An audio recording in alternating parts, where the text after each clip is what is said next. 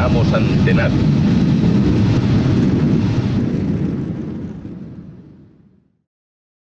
Hola, muy buenas noches y bienvenidos a una nueva noche del Cine Manicomio, una nueva noche de Qué Ruina de Función. Y si estamos aquí en Qué Ruina de Función es porque está con nosotros Mr. Producer, Rufino Pérez. Muy buenas noches. Muy buenas noches, Daniel. Muy buenas noches a todos. Y estamos con la segunda parte del especial Mel Brooks que me comentaste que querías hacer. Teníamos antes otro especial monográfico de otro director que se está convirtiendo un poco en nuestra meta volante que se va escapando una y otra vez, porque llevamos 2 años casi preparando, pero que acabará llegando, porque en el Cine Manicomio somos así. Y hoy toca, mira, ya está, además saludamos también a la gente, Diego Luis CL dándonos las buenas noches. Hoy toca pues ya la segunda etapa de esas comedias de Mel Brooks con números musicales, Rufino. Y toca celebrar además que el otro día estuvo de cumpleaños el bueno de Mel. 99. 99 años cumplió el otro día Mel Brooks. Que Dios lo guarde mucho tiempo, a pesar de que le dedicamos un especial en el Cine Manicomio, que sabemos que somos el premio Donostia de Twitch. O sea, aquí traemos aquí huele a muerto, pues yo no he sido, pero espero que Mel Brooks nos aguante. Sí, sobre todo porque ha anunciado que va a dirigir una nueva película, ¿no?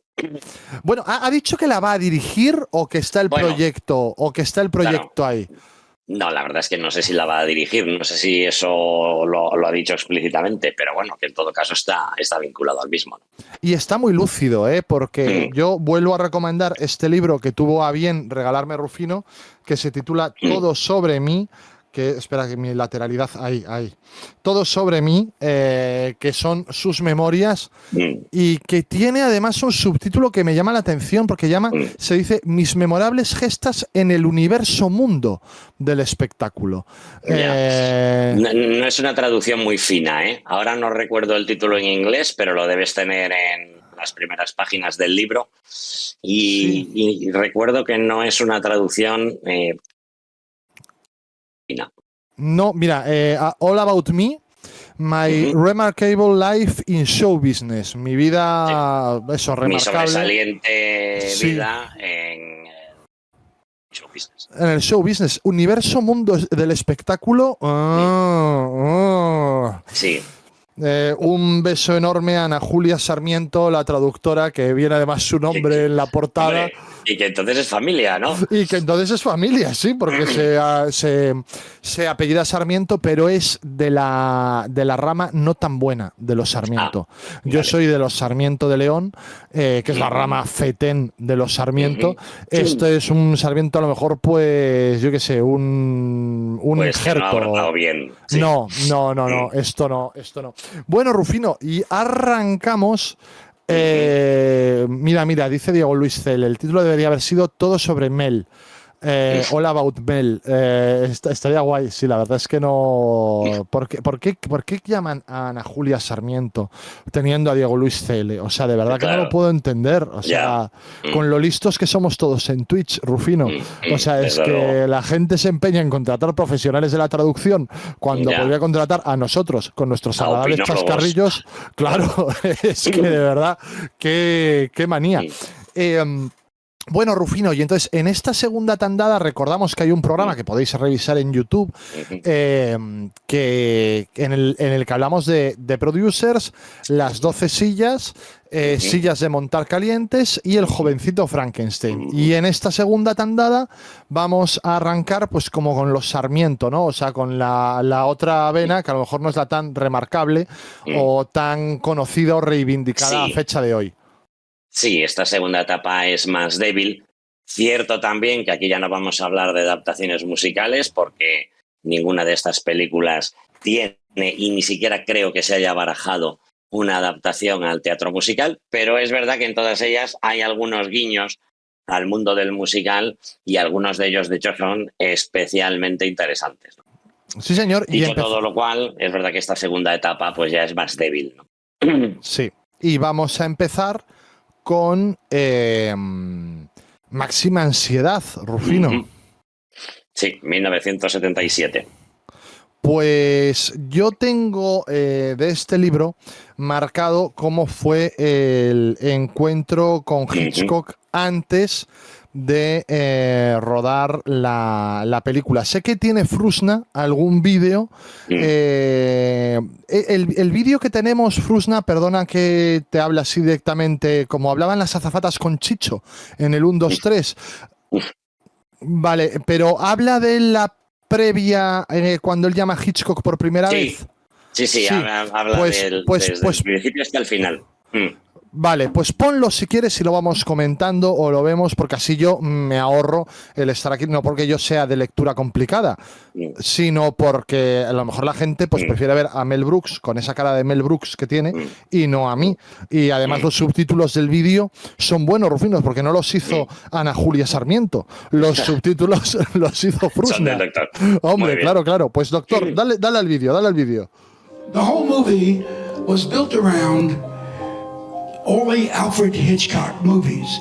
So when I decided to make this movie, I called Mr. Hitchcock and I said, Mr. Hitchcock, that's what you say to him when you call him. Say, hello, Mr. Hitchcock, this is Mel Brooks. Who? And never mind. And then I told him the idea that I wanted to do a pastiche of all of his famous scenes from his famous movies and have fun with it. He said, sure, come over. So he had seen Blazing Saddles. He knew that I could do funny stuff. And I came over to Universal, and he helped me, actually helped me with the script. He said, don't leave this out. The shower scene is very important, this, that. And then he said, I got a joke if you want to use it in the movie. I said, all right. Okay, Hitch, what's the joke? And he says, a guy is being chased by a bunch of bad guys, and he's running and running and running. And finally, he reaches the end of his rope. He's at the end of a dock, and the ferry is 12 feet away, and he leaps in the air and lands on the deck of the ferry. But the ferry is coming in. So, I said, that was a great joke, and if I had the money to do it, I would have done it. He was terrific. Y vamos a dar paso, esto es maravilloso, y aún hoy cenando comentaba en casa este sketch que realmente me parece muy brillante y muy propio de Brooks, casi más que de Hitchcock. Aunque bueno, Hitchcock todos sabemos el gran sentido del humor que tenía. Es una pena que no saliera adelante porque bueno, queda ahí con la famosa escena de con la muerte en los talones del montaje del coche, ¿no? O sea, esas escenas hitchcockianas que nunca salieron adelante. Y vamos a ver también el vídeo de cómo fue la recepción de la película por Don Alfredo. I finally finished the movie, and I do a screening just for Hitchcock, just for Alfred Hitchcock. And he sees the movie sitting next to me. Every once in a while, he's doing this. I guess he's laughing. It's shaking. And so when the birds were shitting on me, so, and then he gets up. And he gets up and he shuffles, took about half an hour, shuffle, and he leaves. Doesn't say he likes it, he don't like it. But I'm heartbroken. I said, oh my God, he didn't think much of the picture. The next day I'm at 20th Century Fox. A boy arrives carrying a wooden case of wine. Chateau Aubryon, 1961, priceless. And puts it on my desk, and there's a note on it. Have no anxiety about high anxiety. It's a wonderful film. Love, Hitch. So, I mean, it all went back. Y ahí tenemos el telegrama. El telegrama, además, subtitulado por Frusna, que esto es historia del cine. O sea, que te mande un telegrama a Hitchcock felicitándote por tu trabajo cuando eres director de cine y haces un poquito, y es que aquí está yo creo el matiz, Rufino, porque yo no percibo burla en esta película.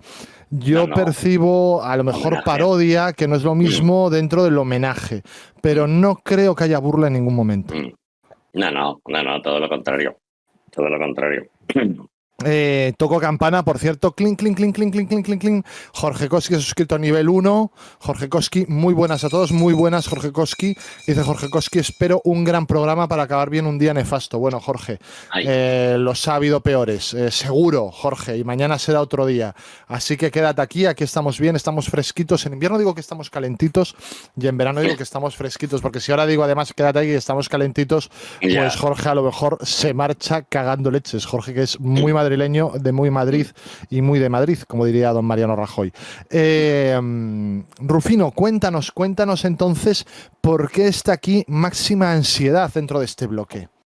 Bueno, en el apartado musical tenemos en primer lugar componiendo la banda sonora al habitual John Morris, pero lo que hay que destacar es el principal tema, que se llama como la película, High Anxiety, Máxima Ansiedad, que escribió e interpreta el propio Brooks en el segmento que transcurre en el piano bar del hotel cuando se encuentra con Madeline Kahn, ¿no?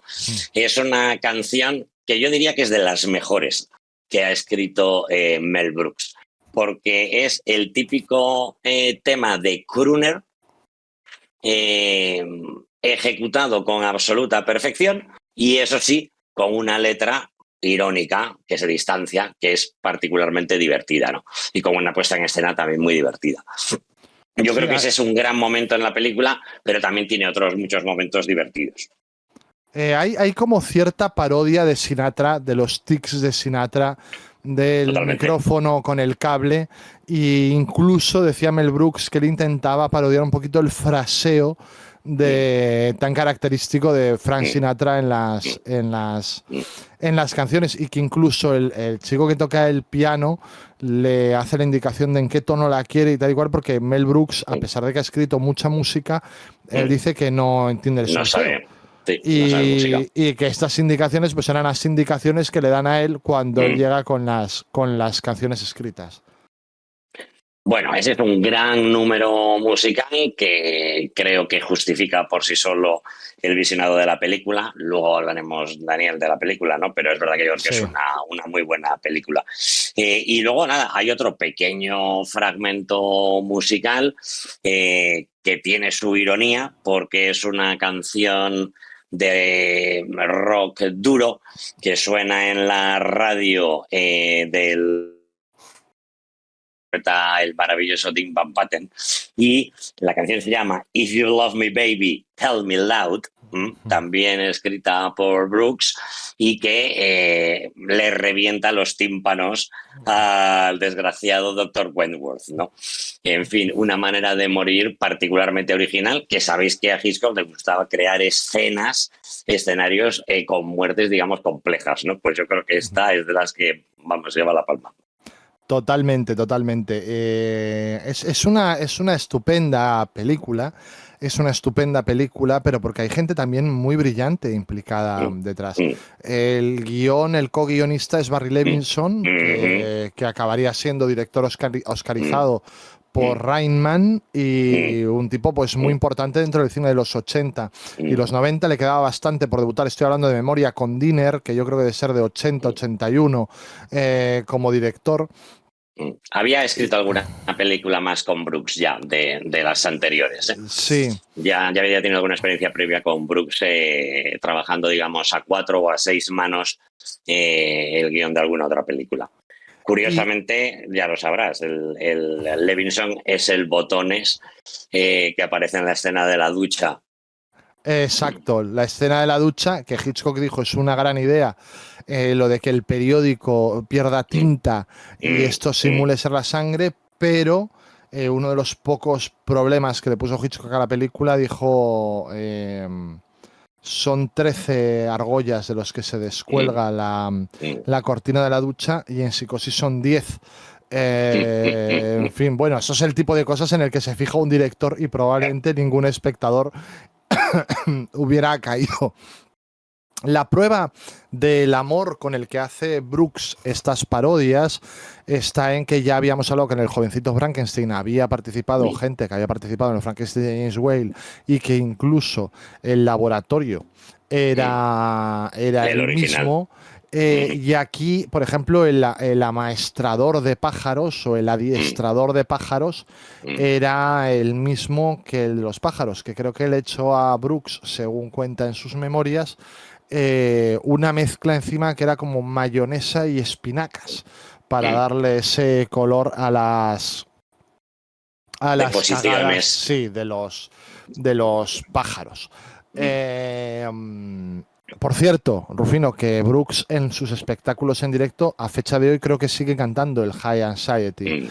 Seguro. O sea, que se ha convertido en una canción estándar para él. Es curioso porque creo que no sacó ni nominación al Oscar a la mejor canción cuando podría haberla tenido perfectamente.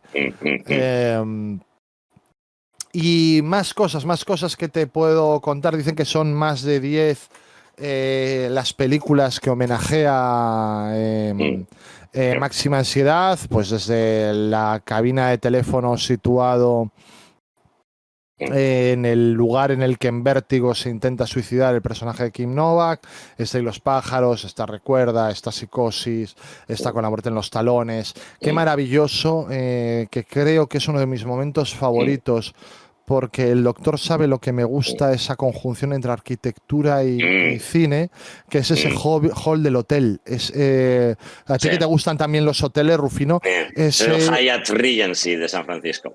Sí, o sea, es un hotel real, ¿no? Sí, es un hotel real, es un hotel muy monumental, como habitualmente en Estados Unidos. Debe tener seguramente miles de habitaciones. Y es verdad que tiene un lobby absolutamente monumental que yo creo que pues de alguna manera emula o la gran estación central, ¿no? En la que por la que también transita Cary Grant o quizás todavía mejor el gran lobby de las Naciones Unidas, ¿no? Que es donde se produce el falso asesinato por parte del protagonista, ¿no? Exacto, sí. Por cierto, que yo no sabía que el propio Mel Brooks tiene vértigo en la vida real. Así que, bueno, supongo que en ese ascensor no le costaría mucho actuar. El actuar. Por cierto, Jonathan Sanger, que trabaja en la película, estaba tan ocupado rodando la película que tuvo que contratar a una canguro para que cuidara a sus hijos durante el rodaje. Y esa canguro le dijo un día Jonathan Sanger, porque la canguro le llamaba Jonathan Sanger, él a las canguros que contrataba, eso es un dato que conoce muy poca gente, le pedía que le llamaran Jonathan Sanger. ¿Por qué? Porque él era Jonathan Sanger. Además así, no Sanger, no, Jonathan Sanger le pedía que le llamaran. Y le dijo, Jonathan, no, Jonathan Sanger. Ah, bueno, sí, perdón, Jonathan Sanger. Mi novio ha escrito un guión y estoy convencido de que quieres leerlo. Y dijo, hombre, pues tan convencida no deberías estar, a lo mejor, pero voy a leerlo. Y leyó el guión y dijo, ostras, este guión, qué bueno es. Y se lo fue a llevar a Mel Brooks, que le dijo, ¿qué me traes ahí, Jonathan Sanger? Porque él a los directores con los que trabajaba, no sé si sabes, le mandaba que le llamaran Jonathan Sanger, con el nombre y apellidos. Que dijo, ¿qué me traes ahí, Jonathan Sanger? Es el guión que ha escrito el novio de la canguro de mis hijos. Seguro que quieres leerlo, Mel Brooks. Dijo, bueno, pues voy a leerlo. El hombre elefante, colega. Ni más ni menos. Ese era el guión que acabó siendo la primera película producida por Brooks Films y la primera película de estudio dirigida por David Lynch. ¿Y cómo David Lynch acabó trabajando para Brooks Films? Todo sobre mí. Un gran libro con una pésima traducción que podéis comprar en cualquier momento. Bueno, pues esta es la historia. Más cosas que me gustan mucho de la película, Rufino. Me gusta mucho el sketch del baúl. ¿Sabes por qué? Porque es una maleta que pesa. Y pesa de verdad. Y pesa de verdad. Porque alguien que ve ese baúl y que en una película probablemente lo levantara un señor el baúl con una mano, prácticamente. O sea, ese baúl va a pesar mucho estando vacío. No lo tengo. Sí.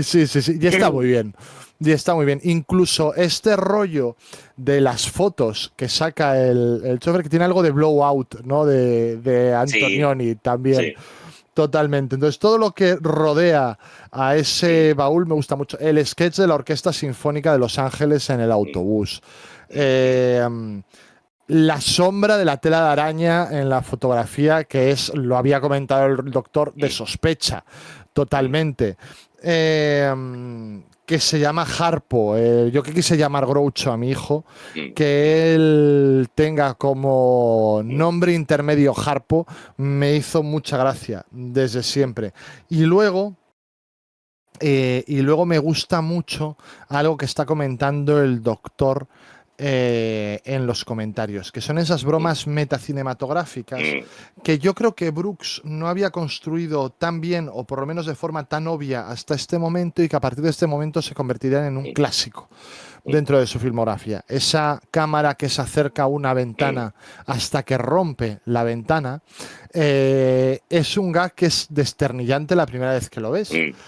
Era un homenaje a Psicosis, a la secuencia inicial de Psicosis, Claro. pero que aquí funciona muy bien, y es un gag que además repite posteriormente Brooks en su filmografía, e incluso hoy estaba viendo, después de cenar, Aladdin con los críos, y este momento inicial en el que él dice acercaos, acercaos, Sí, y sí, se le no pega tanto. la cara, no tanto, no tanto. Esto bebe directamente de estos gags que yo creo que hasta que los hace Brooks, no sé si se hicieron previamente, porque me parecen verdaderamente llamativos, o por lo menos efectivos, igual que el gag quizá demasiado alargado de debajo de la mesa, la cámara, y que van tapando las cosas, el foco, poniendo encima de la mesa cosas, que creo que está muy bien, pero que a lo mejor, coño, 2 minutos, Mel, ya me hizo gracia, o sea, ya, hasta aquí. Pero es muy brillante, porque es verdaderamente metacinematográfico, y esto vamos a empezar a verlo en una escalada brutal hasta Spaceballs, donde creo que ya la metacinematografía salta por todas partes. Sí. Aunque bueno, que si no es metacinematografía, sino el último tercio de Sillas de Montar Calientes, ahora que lo estoy pensando. Ya. O sea que Sí, cuidado, sí. cuidado. Sí, Quiero sí. decir, ahí ya se había pasado el juego Ahí ya directamente. arrasó Sí. con la cuarta pared, y eso ya se va a convertir en rutina. desde ese Totalmente, momento. totalmente. Y más cosas que he anotado que me hicieron, pues eso, que la secuencia de los pájaros sea sin música, o este homenaje que yo quiero ver a mi querido tiburón de James Bond, en este gigante con los dientes metálicos, que no tira más allá de Alfred Hitchcock en la parodia, Es evidentemente. la espía Ya- que me amó. Exacto, tal cual, tal cual. Bueno, pues Rufino, yo creo que con esto yo todo lo que tenía que decir de esta película, pues ya lo he dicho, yo la recomiendo, porque es verdad que dice Sí. Diego Luis CL que está la película como muy olvidada dentro de la filmografía de Brooks. Mm. Pero yo creo que es, o sea, para alguien, por ejemplo, que un día, pero va a ser días y semanas, le apetezca repasar la filmografía de Hitchcock, por ejemplo, siguiendo la recomendación de las 30 imprescindibles del doctor, que yo creo que es una magnífica manera de revisitar su filmografía, pues yo la coronaría, o sería corolario, esta película, ¿no? La película es muy divertida. Yo creo que está bastante bien hilvanada, aunque tiene también pues momentos mejores y peores. No deja de ser algo irregular, como ocurre con buena parte de las películas de Brooks. Tiene grandes, brillantísimos momentos y otros que no lo son tanto. Pero yo creo que es una película muy redonda, y yo creo que cualquier fan de Hitchcock seguro que la disfruta muchísimo. Sí, señor. Sí, señor. Pues vámonos, si te parece bien, Rufino, a La Vamos. loca historia del mundo, parte 1. 1981. Bueno, ¿y por qué está aquí La loca historia del mundo, parte 1? Bueno, aquí tenemos un número musical particularmente transgresor, que es el de The Inquisition, que es un número musical en el que Brooks, interpretando a Torquemada en el segmento, digamos, de la Edad Media, Renacimiento, tortura a toda una colección de presos judíos, y que yo creo que es especialmente transgresora. Yo creo que él explicaba en sus memorias que había momentos en que, en fin, pensaba que estaba cruzando demasiadas líneas rojas. Pero es un número musical muy divertido, desde el punto de vista de, digamos, la letra, y luego la puesta en escena es fantástica, es de gran número de producción de Broadway o, en fin, de Busby Berkeley, ¿no? Es un poco en esa línea. Yo creo que es un gran número musical. Uno de los mejores posiblemente uno de los mejores momentos de la película, y la coda final, el momento en el que, en fin, hablan de los judíos en el espacio, pues ahí hay unos cuantos acordes de Using Space que, por cierto, luego Brooks reciclaría para otra gran canción que es Men in Tights, hombres mayas, en Robin Hood, ¿no? Bueno, pues ahí deja caer, ¿no?, que dentro de la historia del mundo, pues el futuro lo conquistarían los judíos en el espacio. Bueno, que también es un momento divertido. Más allá de eso, tenemos nuevamente banda sonora de John Morris y no hay más momentos musicales que destacar, ¿no? Sí, a ver. Pienso que si ya todas las películas de sketch tienden a ser irregulares, esta es especialmente irregular. Y más en el tema de la comedia hay algo que los que han visto este canal durante mucho tiempo, los viejos Cinemaniacomers, saben que es que a mí me apasiona el sentido de la vida de los Monty Python, que creo que es muy redonda. Esta quizás sea la película más Monty Python de Mel Brooks, o que más intenta ser Monty Python. Es sobre todo el segmento más importante, que es el de la antigua Roma, es como una mezcla entre Golfus de Roma y los Monty Python. Sí. Y me hubiera gustado ver esa segunda parte, sobre todo por Hitler on Ice. Es decir, que es un espectáculo que me hubiera apasionado ver. Habla Rufino de este número musical de la Santa Inquisición, que me parece brillantísimo y sin lugar a dudas, antes hablaba de la irregularidad de la película, el momento cumbre de la película, yo creo que es el más redondo. Total, pero totalmente. La película la levanta porque ya llevas un buen rato rodando, ¿sabes?, cuesta abajo y sin frenos. Sí. Y la verdad es que el número de la Inquisición española pues hace remontar. Sí. A mí sobre todo el segmento de Roma me cuesta mucho, me parece muy vulgarote a ratos. Es demasiado largo, porque esta es otra cosa. Los sketches... Sí, son muy irregulares en su duración y hay incluso saltos temporales un tanto caprichosos. Sí. Creo que es una película que queda bastante deslavazada, a pesar de tener este Sid Caesar troglodita, que está divertido. Esto de Moisés, que creo que fue, dicen que poco menos que una improvisación. No, iba a decir... pues fíjate, es mi gag favorito de toda la filmografía de Mel Brooks. Sí, o sea, yo creo que eso está muy bien. El momento en el que se le cae la tercera de las tablas de la ley y dice, ya no son 15, tenemos 10 mandamientos. O sea, me parece una ocurrencia inteligentísma. O sea, brillantísima. Me parece muy brillante. Es mi gag favorito de su filmografía. Estamos viendo aquí el tráiler. A mí me gusta mucho el de Moisés, pero Rufino, esto de que los aristócratas franceses jueguen a tiro al plato tirando pobres, me parece, o sea, a mí me encanta. O sea, tengo que reconocer que la carcajada la primera vez que lo vi me parece muy brillante, muy brillante. Pero vamos, es irregular, y ya te digo, sobre todo la parte romana. Que... Dale. No, iba a decir que es que yo creo que esta película ya marca el punto de inflexión, ¿no? A partir de aquí, yo creo que vamos ya a experimentar películas, en fin, no sé si cada vez peores, pero ya con un nivel diferente. Yo creo que Máxima Ansiedad todo vale un poco. Sí. Todavía Máxima Ansiedad creo que pertenece al grupo de las buenas películas o muy buenas películas, y aquí ya vamos a empezar a rodar por muchos baches. Sí, estoy de acuerdo. Por cierto, de nuevo Richard Pryor fue considerado, es que a mí me hacía mucha gracia Richard Pryor, fue considerado para el personaje del esclavo de color en la antigua Roma.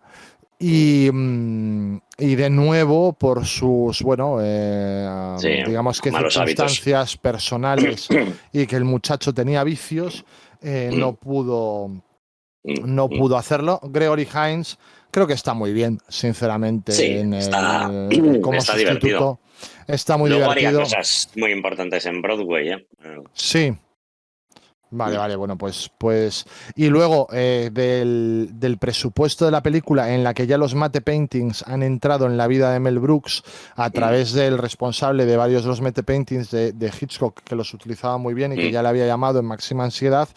La película cuesta $11 millones, que me parece un presupuesto para lo que luce en pantalla ridículo. Y $1 millón de ese presupuesto se va en la escena de la Inquisición, que está rodada con un gusto maravilloso y muy ocurrente, muy imaginativo. Bien es verdad que no deja de ser repetir la gracia de Springtime for Hitler, un poco. ¿No? Quiero decir, coger un suceso pues muy lamentable y convertirlo en un musical. Sí, pero realmente la ejecución es muy brillante. Funciona. Y $25.000 de ese presupuesto se fueron para un señor llamado Orson Welles. ¿Y qué pasó con Orson Welles, Doc? Enséñanoslo, por favor.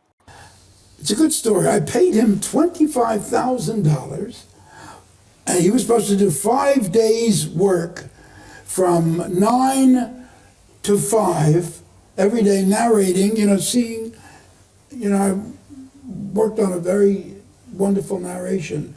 Rome, center of the universe, just all these different places.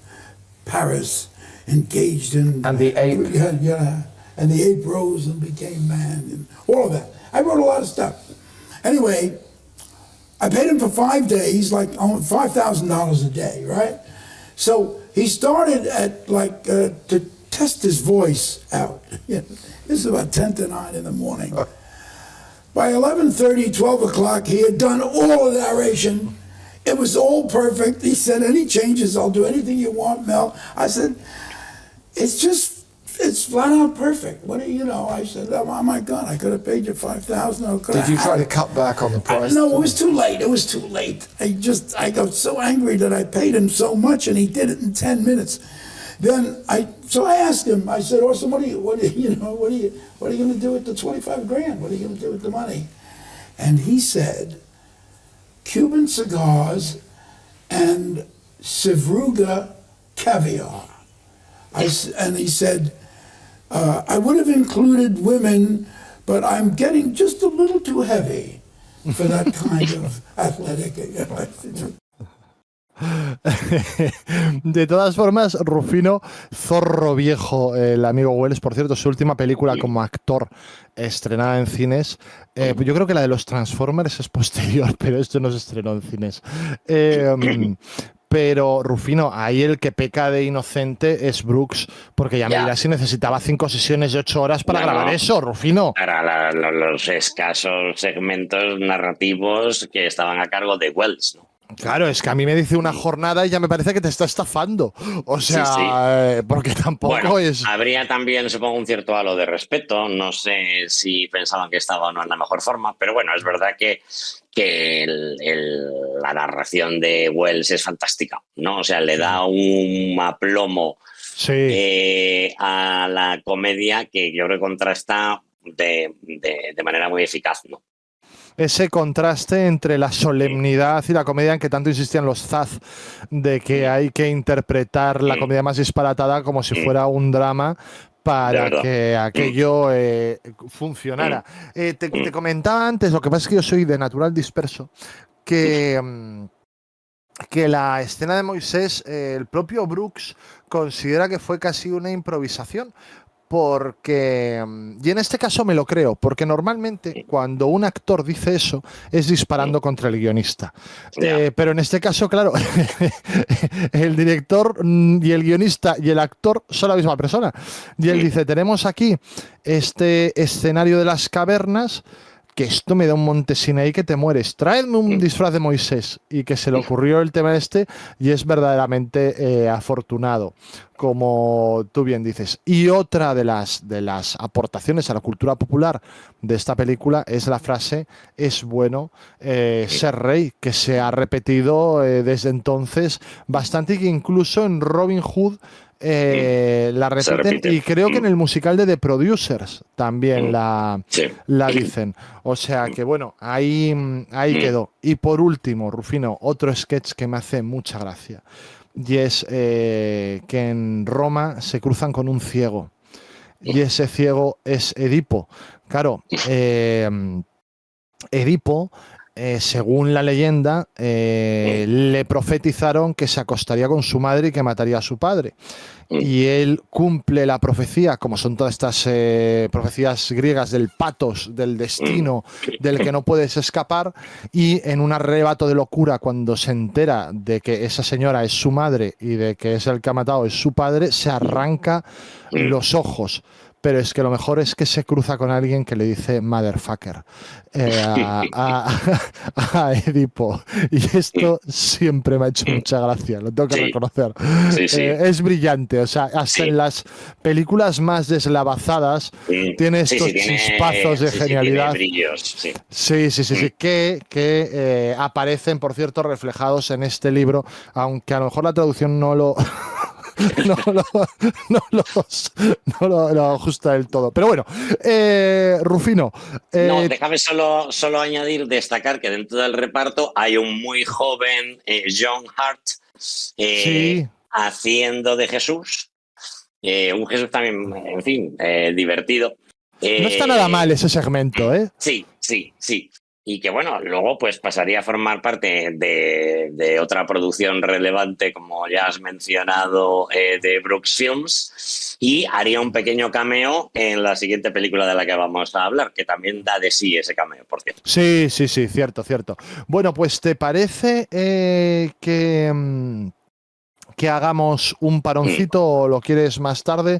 Yo creo que es el momento del parón. Vamos a dejarle a nuestra audiencia con un medley de los mejores momentos musicales de Brooks, que se organizó a raíz del homenaje y del galardón del Kennedy Center, los honors del Kennedy Center, hace algunos años. Hope for the best, expect the worst. The world's a stage, we're unrehearsed. Some reach the top, friends, while others flop, friends. Hope for the best, expect the worst. I knew a man who saved a fortune and was splendid, then he died the day he planned to go and spend his shouting. Live while you're alive, no one will survive. There's no guarantee. Hope for the best, expect the worst. You could be Tolstoy or Fanny Hurst. So take your chances, there are no answers. Hope for the best, expect the worst.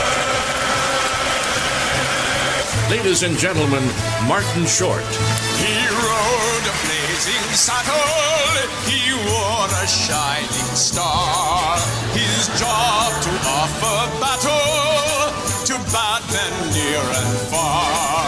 He conquered fear and he conquered hate. He turned our nights into day. He made his blazing saddle a torch to light.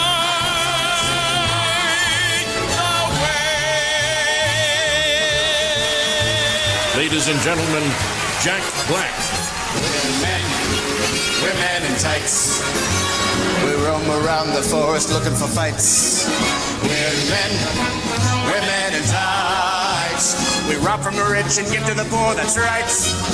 We may look like sissies, but watch what you say or else we'll put out your lights. We're men in tights. Always on guard defending the people's rights. We're men in tights, tights. Always on guard defending the people's rights. When you're in mix, just go for the men in tights. What's? Ladies and gentlemen, Harry Connick Jr.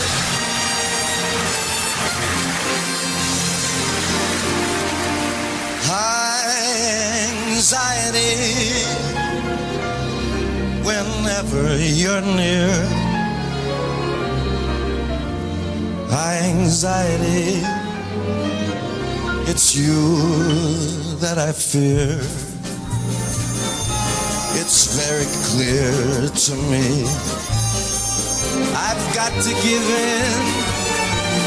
High anxiety, you win. High anxiety, whenever you're near. High anxiety, it's you that I fear. It's very clear to me I've got to give in. High anxiety.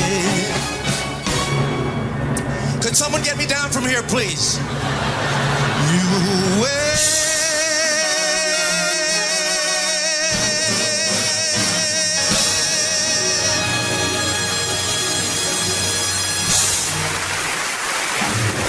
Ladies and gentlemen, Richard Kind. The Inquisition, let's begin the Inquisition. Look out, Sid, we have a mission to convert the Jews. Confess, don't be boring. Say yes, don't be dull.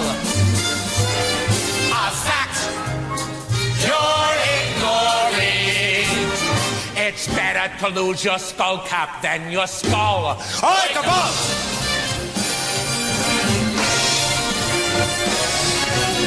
The Inquisition.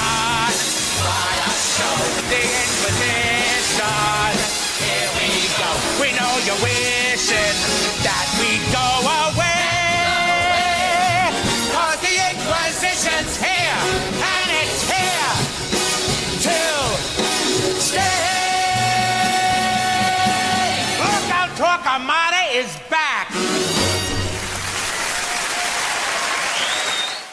Bueno, qué maravilla de números musicales, ¿eh? Qué maravilla, qué maravilla. Por cierto, toco también campana, clink, clink, clink, porque Luis Barriales se ha suscrito con Prime y 2 meses suscrito. Luis, pisazo en la castellana que te ponemos. Bueno, Rufino, se me olvidó preguntarte, como experto que eres, por distintos motivos, ¿tú crees que lo de la prehistoria y lo de la antigua Roma está bien reflejado en Quiero decir, ¿tú lo recuerdas así, como en la loca historia del mundo? No, fíjate, es completamente como yo ahora, era muy delgada.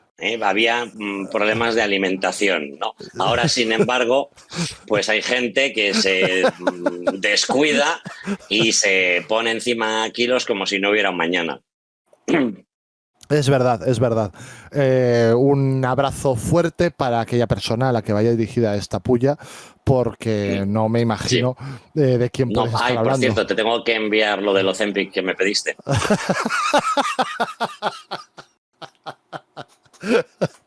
Bueno, pues vámonos a la loca historia de las galaxias. Spaceballs, 1987. Sí, señor. Esta película sigue contando con culto y la prueba está en que precisamente llamamos a Mel para que diera la noticia de que estaba la segunda parte en preparación entre el primer programa y el segundo del especial Mel Brooks de Qué ruina de función. Y ha generado un hype esa segunda parte que, bueno, pues, en fin, todo lo que sean secuelas a la gente les engorila mucho. Sí, fíjate, a mí esta película me gusta más que La loca historia del mundo y seguro también que Robin Hood. O sea que dentro, digamos, de ese declive, pues yo si hubiera que salvar una, salvaría esta. Esta es una película que tiene muy poca música. Bueno, tienes una banda sonora de John Morris que, como además es habitual, pues en todas sus composiciones, pues evoca los temas que se parodian. Lo que más destaca es una canción de Bon Jovi llamada Raise Your Hands, y más allá de eso, pues tenemos un pequeñísimo fragmento musical de Hello My Baby, que es un clásico de los años 50, en el momento en el que el alien sale nuevamente del cuerpo de John Hurt y se pone a bailar y se escapa bailando. Perdón. Un abrazo para JDPM Aragón, que utiliza ese GIF muy a menudo en Twitter. Un abrazo grande.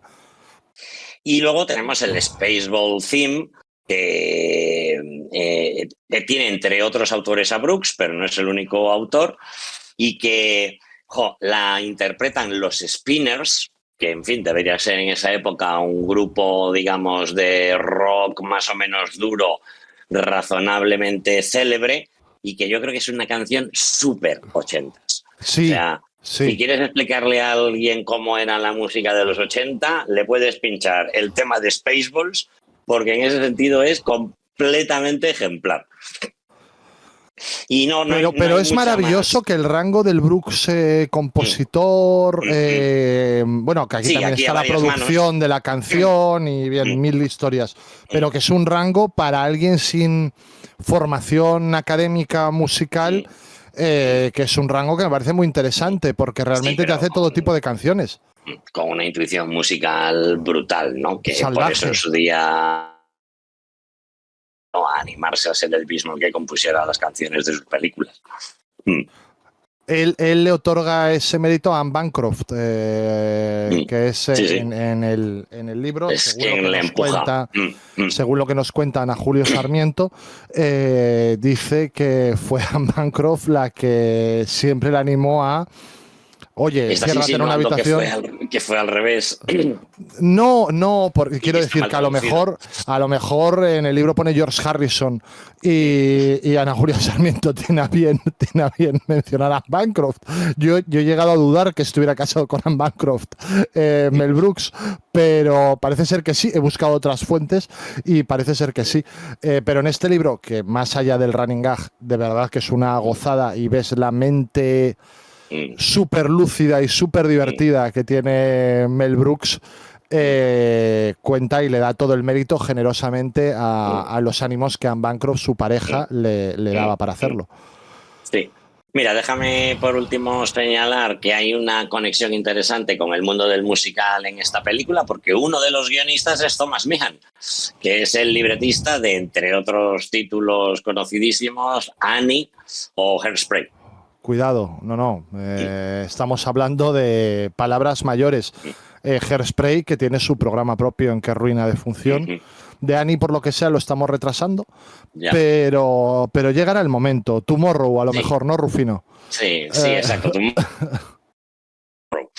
Pero bueno, mira, un día podemos hacer una dupla Annie y Annie Get Your Gun, por ejemplo.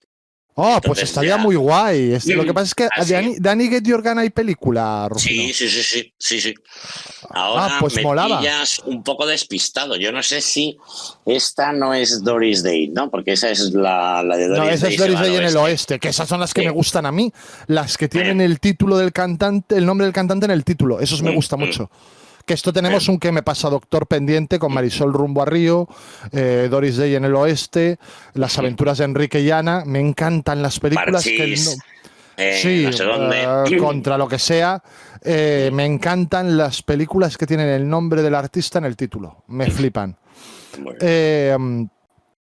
Pues Mel Brooks, así como le pidió permiso a Hitchcock, al parecer también se reunió con George Lucas y le dijo, mira, estoy pensando hacer esto y tal y cual. Y George Lucas le dijo, vale, perfecto, adelante, pero no podéis sacar merchandising de la película.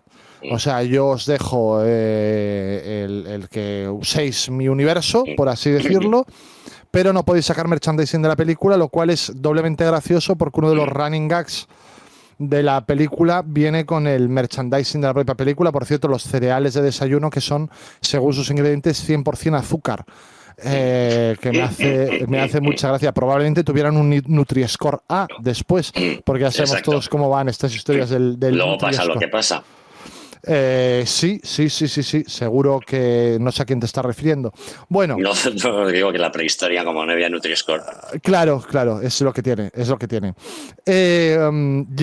los rollos metacinematográficos son tan locos que hay un momento en el que sacan el propio VHS de la película de un estante Para en el saber que cómo están... continúa. Que es muy brillante eso. No, es brutal. Ese momento es fantástico.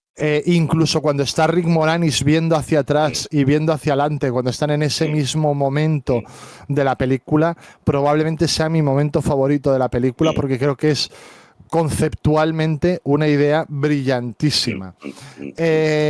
Posibles sustitutos para Bill Pullman, o mejor dicho, a quién sustituyó Bill Pullman porque Lone Star no iba a ser él, porque era un actor que, bueno, tampoco había hecho demasiado cine, y fue una recomendación de la propia Anne Bancroft, según nos cuenta Ana Julia Sarmiento en este libro de sus memorias traducido por Mel Brooks. Nos dice que es la propia Anne Bancroft la que, por cierto, después coincidirían los dos en Malicia, en la película de Taylor Hackford de los 90, la que recomienda a Bill Pullman. Nombres, Rufino, y yo quiero que tú me digas si los ves bien o los ves mal para hacer este Lone Star. James Caan, hombre, yo creo que es demasiado serio James Caan para este personaje, ¿no? Bueno, acuérdate que en The Silent Movie, en La última locura de Mel Brooks, aparece James Caan y se deja hacer, ¿no? Y se deja llevar por esa comedia también que era tan loca, de la que no hemos hablado porque, claro, es cine mudo, ¿no? Claro. Bueno, yo creo que tiene su punto. Es como cuando que Brooks quiso que John Wayne fuera el pistolero de sillas de montar calientes, ¿no? O sea, buscar a alguien que esté un poco en el extremo opuesto a lo que va a ser el personaje, ¿no? Esto que hablábamos de los zaz de la seriedad a la hora de hacer la parodia. Pues James Caan era una época en la que quedaba mucho con Richard Pryor y nadie aseguraba a James Caan. Poquito después James Caan protagonizaría Misery y bueno, pues ya estaba ya estaba rehabilitado o le sirvió para rehabilitarse en Hollywood. Más nombres. Tom Cruise, yo creo que se escapaba un poco del rango Tom Cruise ya en aquella época, porque Tom Cruise ya era estrella, estrellita, pero estrella en aquella época. Me gusta mucho Tom Hanks. Tom Hanks hubiera estado fabuloso. Cierto. Era el Tom Hanks cómico de despedida de soltero, de Esta casa es una ruina, del propio Big, que funcionaba muy bien. En cambio, no me gusta nada Tom Berenger para este personaje. Sí. El rango quizá era otro. Y para Coronel Sandurz me hubiera encantado ver a la primera opción, que era Steve Martin.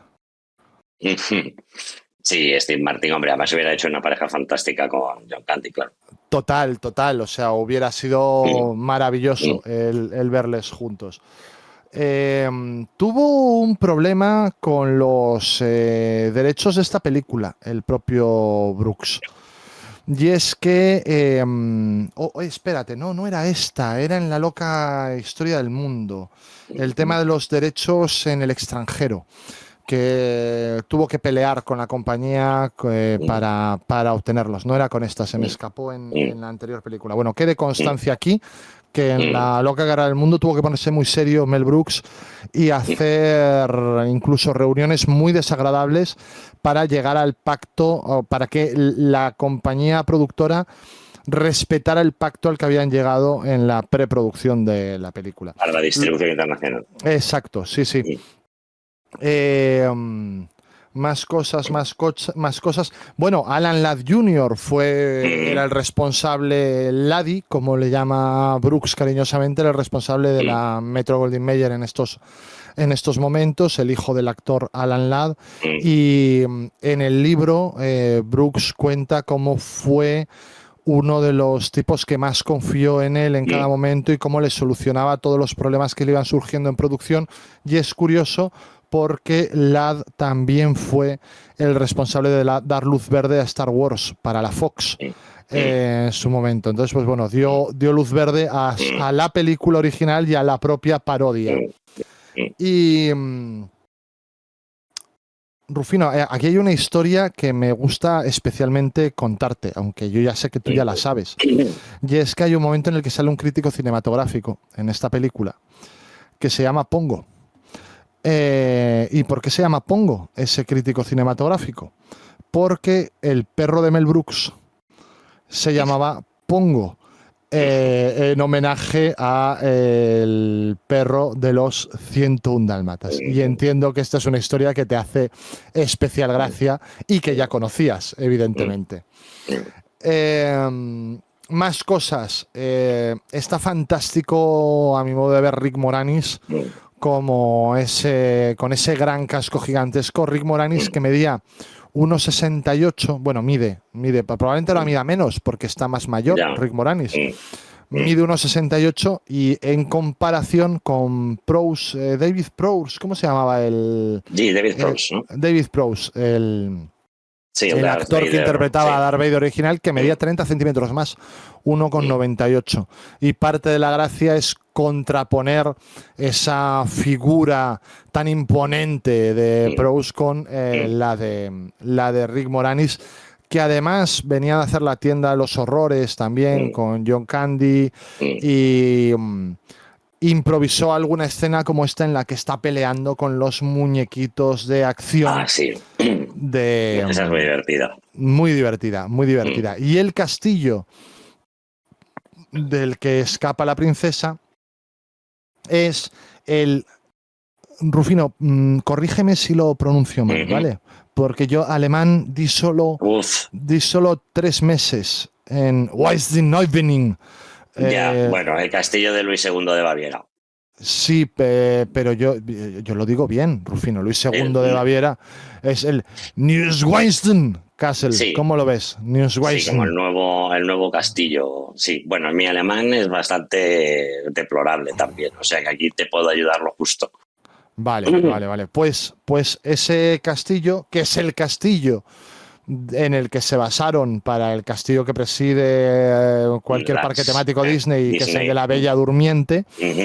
Y curiosamente, pues Star Wars y Disney en estos momentos están aliados cuando en aquel entonces ni siquiera lo estaban.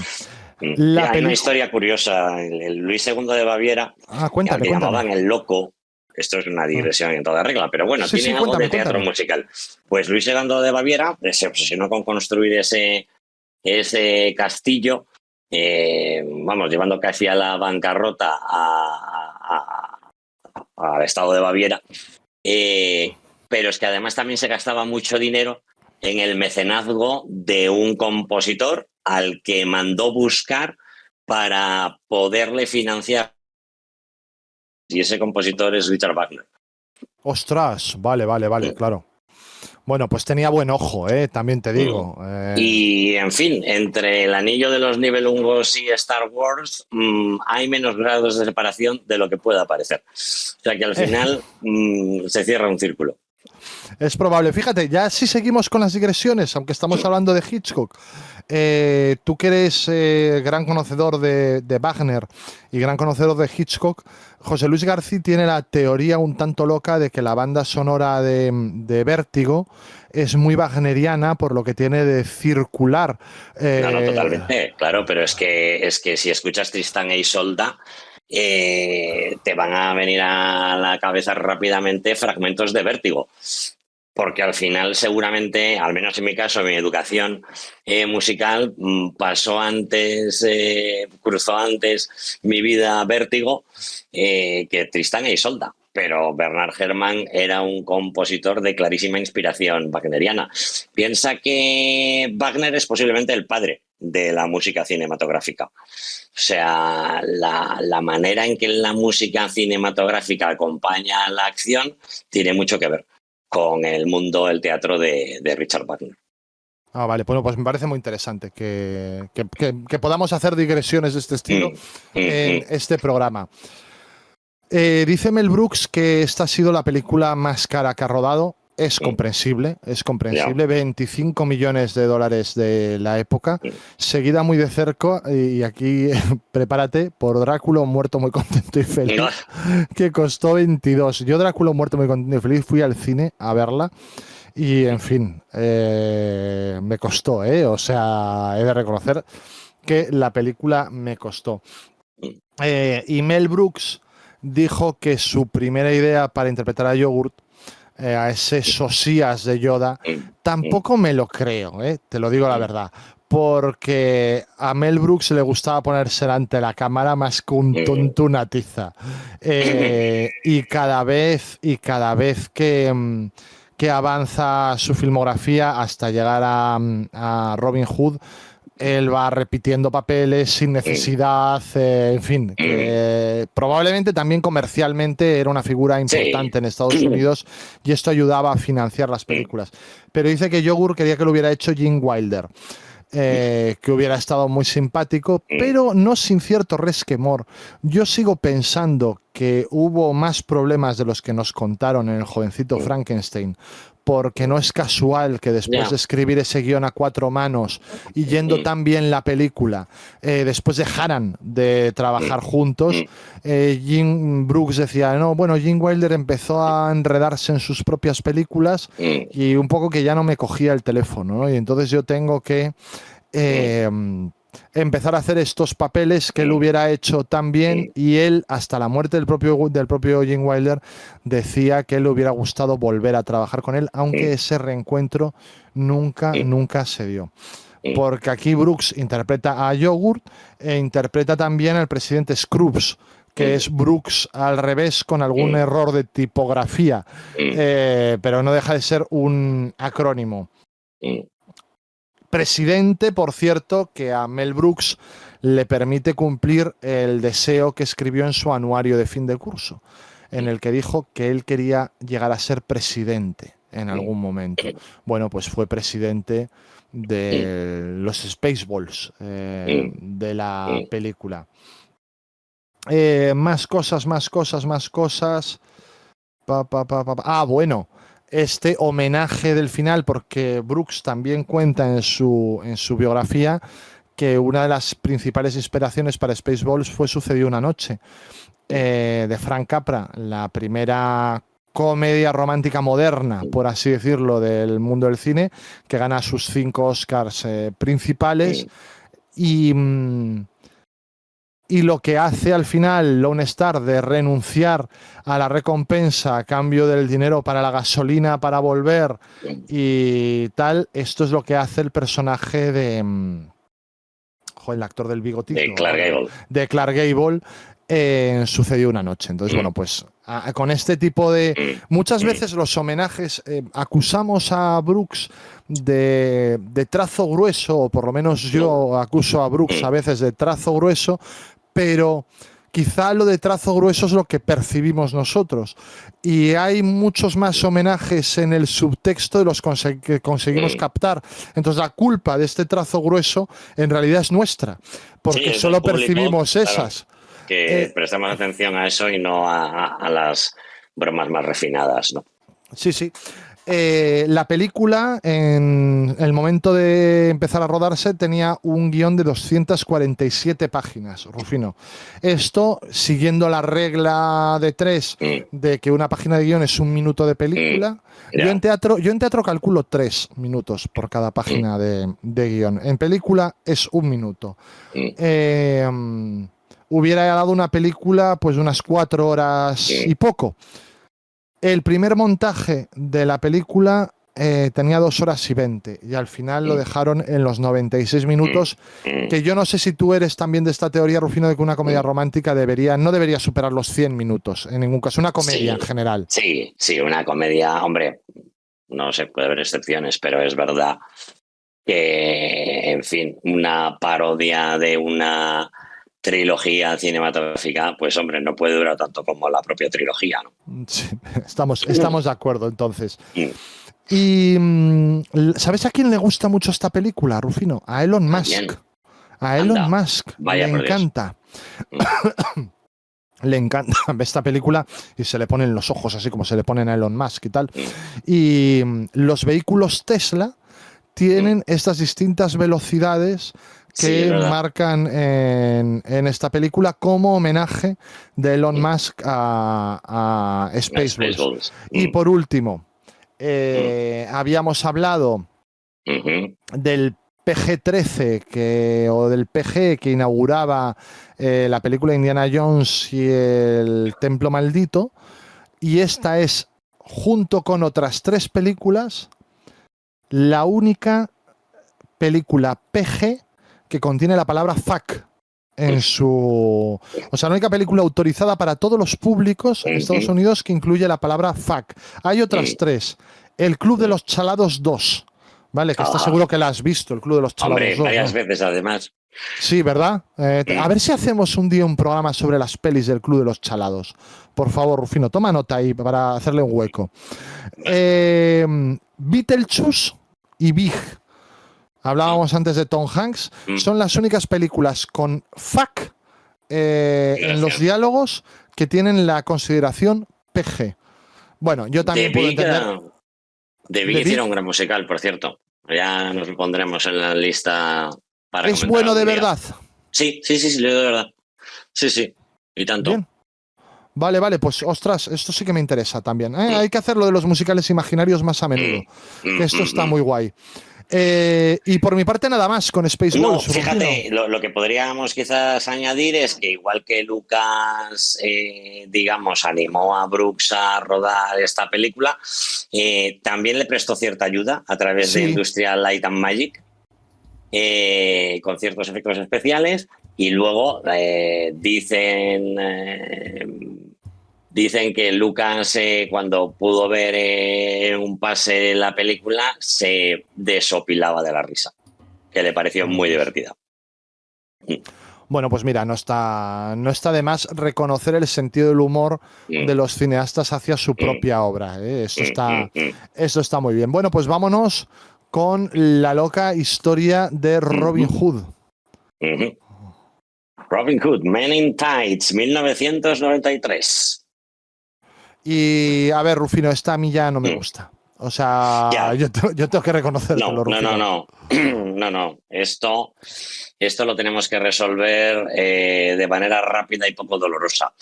Hay el que creo que es un muy, muy correcto, muy solvente número musical, Men in Tights, que, como os explicaba antes, reciclaba la melodía de Jules in Space. Esta canción tiene, por tanto letra como música del propio Mel Brooks, y bueno, yo creo que da un número musical bastante divertido. No está al nivel de Inquisition o High Anxiety, pero yo creo que es un número razonablemente solvente.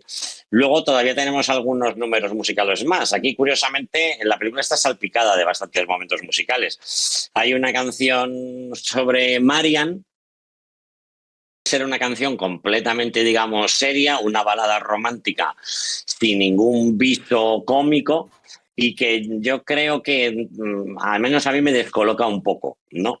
Porque, claro, la música puede ser seria o lo puede ser la letra, pero si lo son las dos cosas, pues igual su lugar, ya no sé si es una comedia loca como esta, ¿no? Ahí hay que decir que ya la música no es de Brooks, es de Honeyman. Las letras sí que eran de Brooks. Lo mismo ocurre con el rap, que vamos a sufrir también varias veces a lo largo del metraje. Demasiadas. Sí, el Sherwood Forest Rap, y que, en fin, yo creo que uno lo siente más como un castigo que como una bendición, honestamente.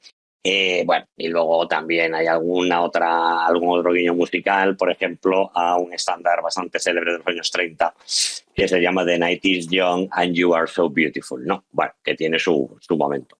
Pero vamos, aquí yo salvaría Men in Tights y correría un tupido velo.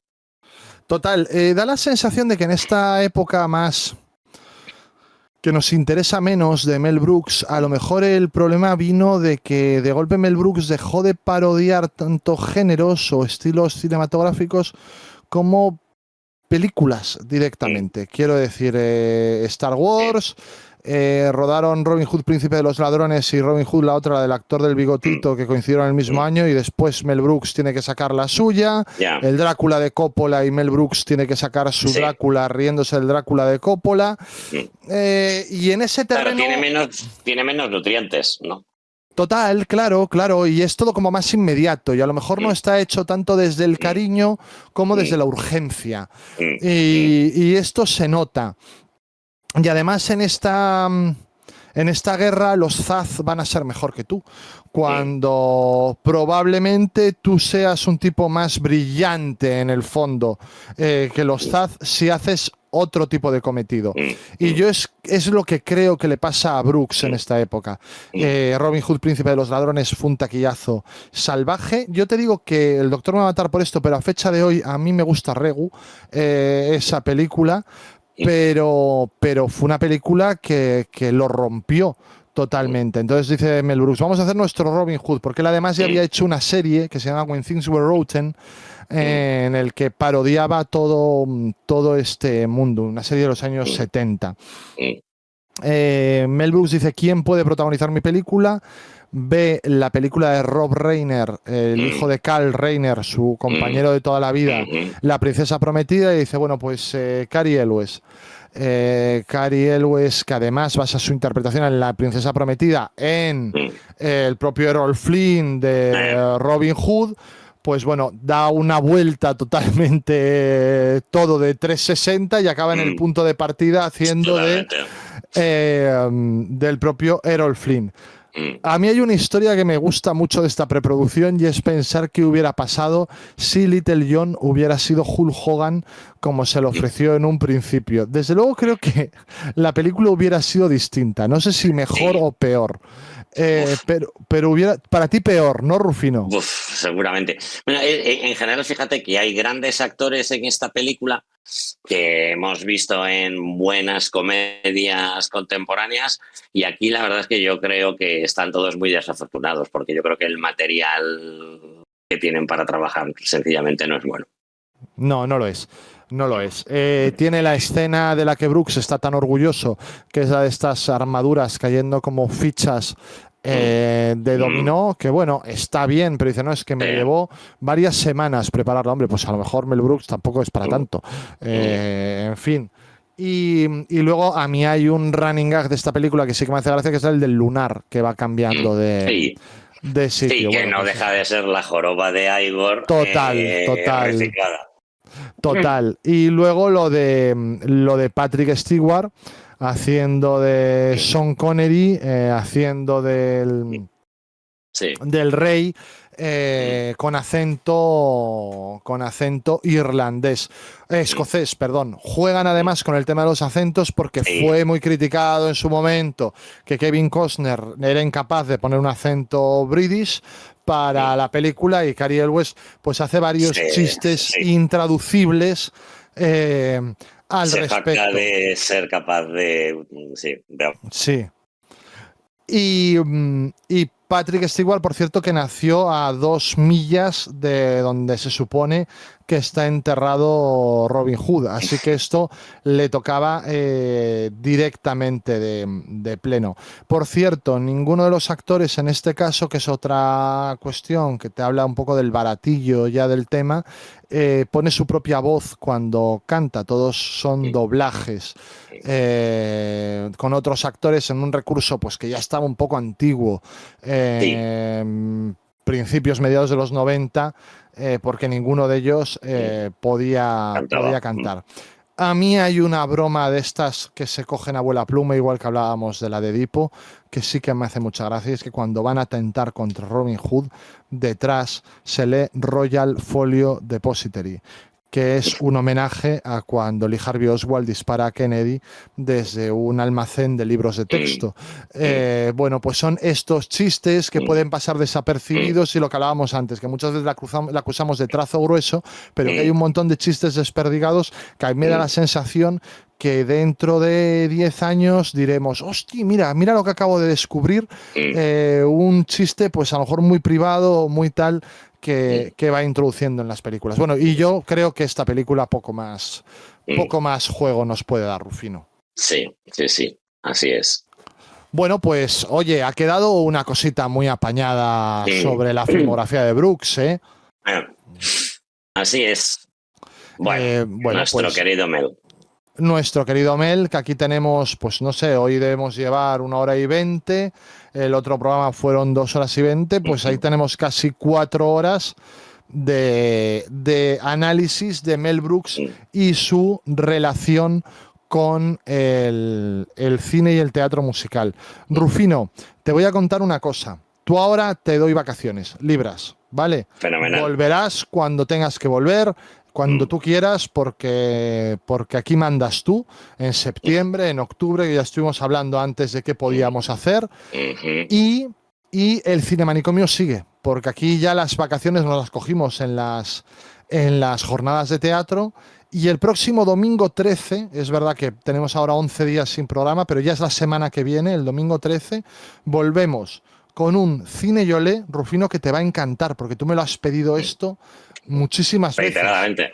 Me dijiste, oye Dani, ¿cuándo vais a hacer un especial de Jesús Franco, en Cine Yolé? La cantidad de películas de Jesús Franco que habríamos visto tú y yo juntos. Ya. Yo pensaba que eso lo había escrito Raza. No, ese es otro. Bueno, luego te explico. Vale. No es el mismo. Vale. Jesús Franco, domingo 13, el director más prolífico con Mariano Zores del cine español. ¿Y qué tenemos? Tenemos mandanga de la buena, porque tenemos, Rufino, Gritos en la oscuridad. Tenemos La muerte silba un blues. Tenemos Rififi en la ciudad. Y tenemos Las vampiras. 4 películas de Jess Franco que estamos el doctor y yo deseando analizar y traeros la figura de Jess Franco aquí, porque le van a dedicar ahora un ciclo también en la Filmoteca, tiene un Goya de honor, tiene un montón de películas en Flixolé, y este será el siguiente programa que tengamos. Domingo 13, Jess Franco, Tito Jess, Jesús Franco en Cine Yolé, con el doctor Frusne y conmigo. Y hasta entonces, Rufino, muy buenas noches y muchas gracias. Muy buenas noches a todos y buenas noches a todo el público, buenas noches, doctor, a los mandos técnicos. Nos vemos el domingo 13. Adiós.